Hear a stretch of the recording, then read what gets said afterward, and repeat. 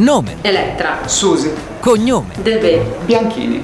abiti a, San Vendemiano. Brescia-Nicco. agente per la regione, Veneto Orientale. Parte della regione Friuli-Venezia Giulia, esclusa la provincia di Trieste.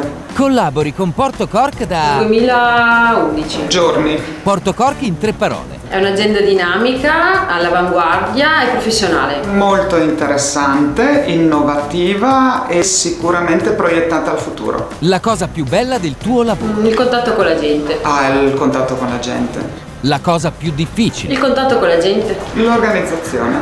l'ingrediente segreto di Porto Cork. La versatilità. L'innovazione.